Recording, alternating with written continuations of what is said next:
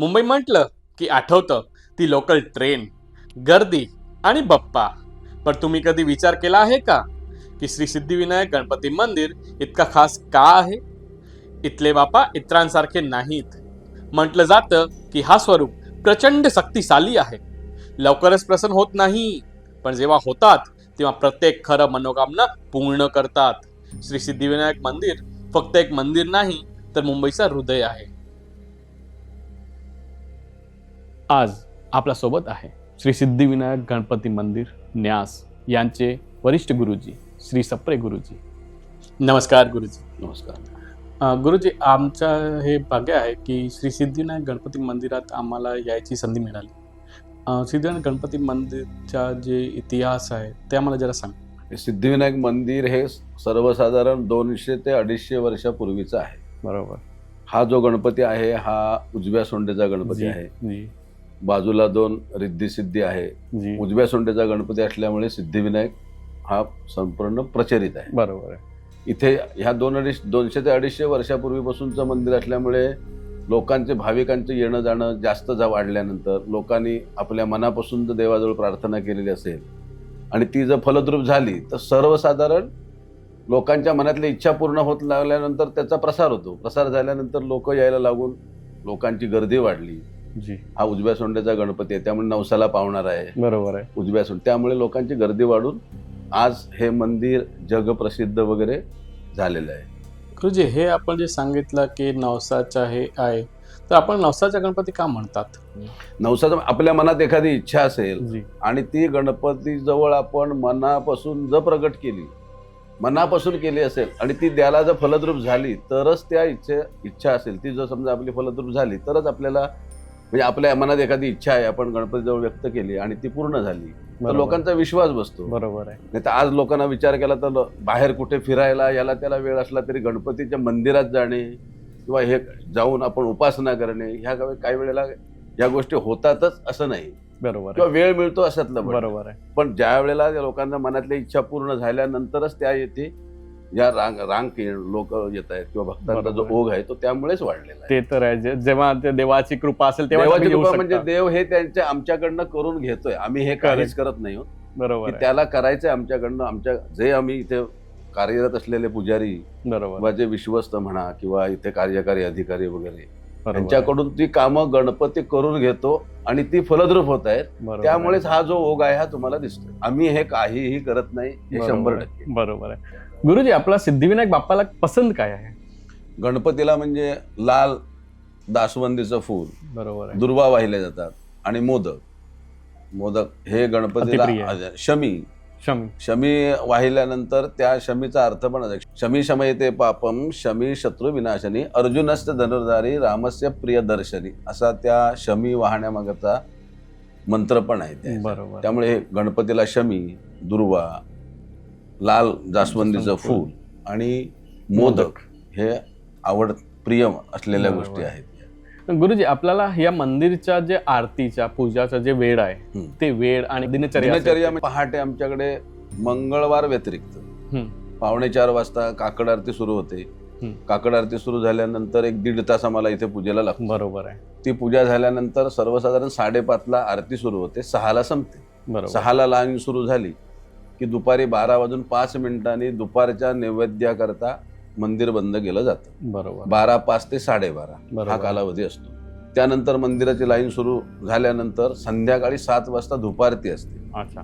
धुपारती असते. 7ला धुपारती बरोबर. झाल्यानंतर मग 7:30 वाजता आरती असते. बरोबर. 7:30 ते 8 अशी संध्याकाळची आरती असते. बरोबर. 8ला आरती झाल्यानंतर मग लाईन सुरू होते. ते 9:50ला शेजारती होते आणि 9:50 म्हणजे 10 वाजेपर्यंत मंदिर बंद होतं मंगळवार व्यतिरिक्त. गुरुजी, जे हा गणपतीचा सिद्धिविनायक रूप आहे त्याचं महत्व काय? हा गणपती उजव्या सोंडेचा आहे. रिद्धी सिद्धी सहित असल्यामुळे आणि मंगळवार हा त्याचा वार असल्यामुळे हा सिद्धिविनायक आहे. बरोबर आहे. हा सिद्धिविनायकचा मंगळवार तुम्ही सांगितलं, मंगळवारची दिनचर्या काय वेगळी आहे आपल्या मंदिरात? मग आरतीच्या वेळा वगैरे ज्या हो, आहेत ते त्या आमच्या वेगळ्या आहेत. मंगळवारी आमच्याकडे मंदिर सकाळी 2:15 वाजता दर्शन सुरू होतं. अच्छा. त्याच्या आधी 1.5 तास पूजा केली जाते. बरोबर. सकाळची जी आरती आहे ती इतर वेळेला 5:30ला होते तर मंगळवारी 5ला होते. ह्या पूर्वीपासून चालत आलेली प्रथा ही तशी आहे. बरोबर. रात्रीची संध्याकाळची आरती आहे ती आरती आमची 7 वाजता, दुपारती 7लाच होते, पण संध्याकाळची आरती आहे ती 9:05 सुरू होऊन सर्वसाधारण पूजा वगैरे आटपून 10:05 पर्यंत आरती संध्याकाळची संपते. शेजारती आहे ही रात्री उशिरापर्यंत मंदिर उघडं असतं, मंगळवारी मंगळवारी 12 नंतर शेजारती. बरोबर. गुरुजी, हा जे अंगारकी चतुर्थी असतं त्याचं महत्व काय आहे? अंगारकी चतुर्थी म्हणजे दर महिन्याला संकष्टी येते, बरोबर आहे. पण जी संकष्टी मंगळवारी येते तिला अंगारकी चतुर्थी म्हणतात. बरोबर. आणि ही एक अंगारक चतुर्थी केली तर 21 संकष्ट्या केल्याचं पुण्य मिळतं असं शास्त्रात उल्लेख आहे. बरोबर आहे. गुरुजी, आजची तरुण पिढीला आपण काय संदेश देऊ इच्छिता? तरुण पिढीला हा संदेश देऊ शकतो, म्हणजे गणपती हे दैवत बुद्धीचं दैवत आहे.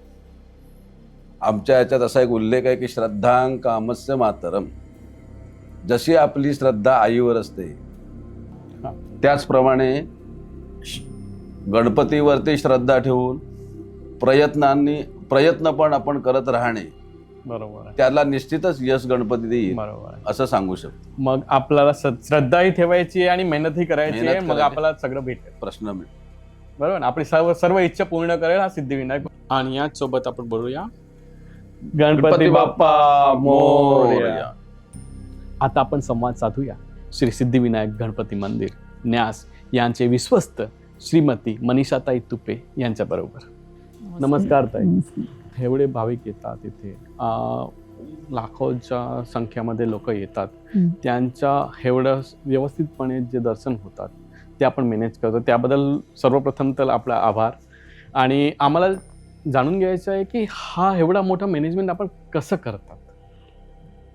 श्री सिद्धिविनायक गणपती मंदिर हे महाराष्ट्रातील प्रसिद्ध मंदिरांमधलं एक मंदिर बरोबर आहे. आहे. आणि इथे नेहमीच लाखोने भाविक दर्शनासाठी येत असतात. भाविकांची श्रद्धा बाप्पावर आहे आणि त्यामुळे दर्शनाची रांग ही दिवसेंदिवस वाढत आहे. बरोबर आहे. आम्ही मंदिर न्यासाचे विश्वस्त म्हणून आमची एक जबाबदारी आहे की येणाऱ्या भाविकांना सुरळीतपणे दर्शन मिळावं. बरोबर. त्यासाठी आम्ही प्रशासन असेल, मंदिर विश्वस्त समिती असेल, ही नेहमी प्रयत्नशील असते. बरोबर. रेग्युलर आपण पाहिलं तर मंदिरामध्ये 7 भाविकांना दर्शनासाठी रांगा आहेत. अच्छा. त्यामध्ये एक मुखदर्शनाची रांग आहे, ती फक्त गाभाऱ्यामध्ये जात नाही, तर बाकीच्या 6 रांगा त्यातील भाविक हे बाप्पाच्या अगदी थेट गाभाऱ्यामध्ये दर्शन घेण्यासाठी जातात, बरोबर. नतमस्तक होतात. बरोबर. त्यामध्ये सिनियर सिटीजनची रांग वेगळी असते, गरोदर महिला असतील, जी नवजात बालकं आहेत, दिव्यांग व्यक्ती आहेत, असे जे स्पेशल लोक आहेत त्यांच्यासाठी डायरेक्ट आम्ही दर्शनाची सोय केलेली आहे. ॲज अ गुड सिटीजन म्हणून त्यांना हे कुठेही रांगेमध्ये त्रास झाला नाही पाहिजे, यासाठी आम्ही नेहमी खबरदारी घेत असतो. आणि ते भाविक अगदी काहीही त्रास न होता दर्शन घेऊन बाहेर गाभाऱ्यातून अगदी समाधानाने बाहेर पडत असतात. एरवी आपण पाहतो अंगारकी संकष्टी असेल, माघी गणेशोत्सव असेल, असे जे स्पेशल उत्सव असतात यावेळेला भाविकांची संख्या ही खूप लाखोंच्या संख्येने असते. म्हणजे अंगारकी संकष्टीच्या वेळेला 5-7 लाख लोक एका दिवशी दर्शन घेतात. तर त्यावेळेला काही स्पेशल अरेंजमेंट करावी लागते. बरोबर आहे. त्यावेळेला दादर स्टेशन पासून जे भाविक येत असतात त्यांना अगदी आम्ही बसेसची सोय केलेली असते. म्हणजे त्यांना कुठेही टॅक्सीसाठी थांबावं लागलं नाही पाहिजे किंवा त्यांना वाहतुकीचा त्रास झाला नाही पाहिजे. ते अगदी बसेसमध्ये तिथे बसतात आणि आपल्या मंदिराच्या बाहेर उतरतात आणि बाप्पाचं दर्शन घेऊन जातात. त्यांच्यासाठी अशा गर्दीच्या वेळेला आमच्याकडे एक हिरकणी कक्ष म्हणून आहे. अच्छा. आणि तो नेहमीच आहे, गर्दीच्या वेळी असं नाहीये, डेलीसाठी आपल्या मंदिराच्या गाभाऱ्यामध्ये प्रांगणामध्ये एक हिरकणी कक्ष आहे, जिथे ज्या स्तनदा माता येतात, म्हणजे ज्या बेबीला अंगावर दूध फीड करतात, त्या महिलांना आपल्या बाळाला दूध देखील पाजता यावं भूक लागली तर नवजात बालकाला, तर त्यासाठी आमच्याकडे हिरकणी कक्षाची देखील सोय आहे. म्हणजे येणारा भाविक असेल, अगदी जन्मलेलं बाळ असेल, ते सिनियर सिटीजन, ते दिव्यांग व्यक्ती, त्या प्रत्येकाच्या दर्शनाची सगळ्यांचा विचार करून इथे दर्शनाची सोय आम्ही केली. बाप्पा तर आहेच, बाप्पाच्या माध्यमातूनच आम्ही हे सगळं करतोय, फक्त आम्ही एक माध्यम आहोत. आणि दुसरं एक मला स्पेशल सांगावंसं वाटेल की आपल्या मंदिरामध्ये एक 1500 रुपयाची आशीर्वचनाची एक रांग वेगळी असते. अच्छा, म्हणजे समजा एका कुटुंबामध्ये मिनिमम 4 लोक तरी असतात, बरोबर तर ते 4 लोकांना रांगेत जास्त वेळ त्यांना वेळ नाहीये, गर्दीमध्ये जास्त थांबायचं नाही, तर त्याच्यासाठी एक स्पेशल रांग केलेली आहे.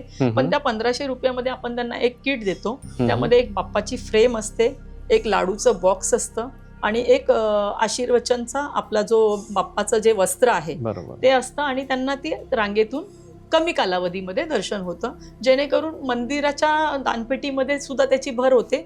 ज्या गोष्टी आपण मेडिकल हेल्प असेल, एज्युकेशनल हेल्प असेल, ज्या काही मंदिर व्यवस्थापनाच्या माध्यमातून आपल्याला चॅरिटीज करता येतात, बरोबर. त्यासाठी ह्या सर्व गोष्टींचा आपल्याला हातभार होतो. बरोबर आहे. मग आपण सोशल वर्क ही करतोय.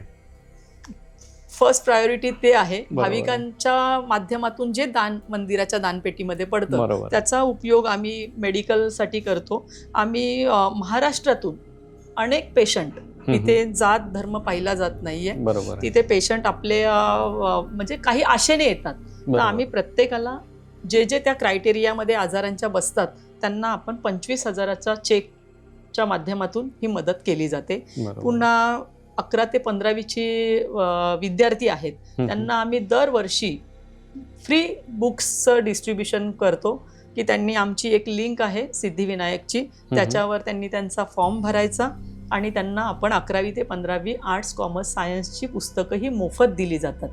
ज्याप्रमाणे मी सांगितलं की आपण विद्यार्थ्यांना मोफत पुस्तकं तर अवेलेबल करून देतोच, बरोबर आहे. परंतु त्याचप्रमाणे आपल्या ह्या मुंबई शहरामध्ये जे काही विद्यार्थी आहेत, उच्च शिक्षण घेत आहेत, सर्वच विद्यार्थी आलिशान बंगल्यामध्ये किंवा टॉवर्समध्ये राहत नाहीये. नाही. अगदी आपण मुंबईमध्ये पाहिलं तर स्लम जास्त प्रमाणात आहे. अगदी 10x10च्या खोलीमध्ये 4 ते 5 कुटुंबियांसोबत मुलं रात्र जागून अभ्यास करत असतात. अशा विद्यार्थ्यांचा विचार करून आम्ही त्यांना वातानुकूलित लायब्ररीची सोय केलेली आहे. अगदी माफक दरामध्ये आम्ही त्यांना वर्षभर तिथे अभ्यासाची सोय बरोबर. केलेली आहे, वाचनाची सोय केलेली आहे. त्याचबरोबर त्यांना तिथे लॅपटॉप, टॅब हे देखील आता आम्ही अवेलेबल करून दिलेलं आहे. बरोबर. आणि हेच विद्यार्थी पुढे शिक्षण घेणार आहेत, काहीतरी या देशाचे मोठे जबाबदार ऑफिसर्स बनणार आहेत बरोबर. आणि तेच आपल्या देशाचं भविष्य आहे. त्यामुळे कुठेतरी आम्ही एक सुजाण नागरिक घडवण्याचं देखील चांगलं काम या सिद्धिविनायक बाप्पाच्या माध्यमातून करतो. बरोबर. तर खरं तर देवाची कृपा आहे आपल्यावरती, म्हणून आपण या प्रांगणात आज उभा आहात आणि स्पेशली आपल्यावरती ते कृपा, विशिष्ट कृपा आहे. आपण जसं म्हणालात माझ्यावर विशेष कृपा आहे, तर खरंच श्री सिद्धिविनायक बाप्पाची माझ्यावर विशेष कृपा आहे. म्हणून मला बाप्पाने ही संधी दिलेली आहे त्यांची सेवा करून घेण्याची, आणि त्याबद्दल मी खरंच त्यांची खूप ऋणी आहे. आज आम्हाला एवढं सहकार्य केल्याबद्दल आम्ही मंदिर प्रशासन आणि विश्वास समितीचे खूप आभारी आहोत.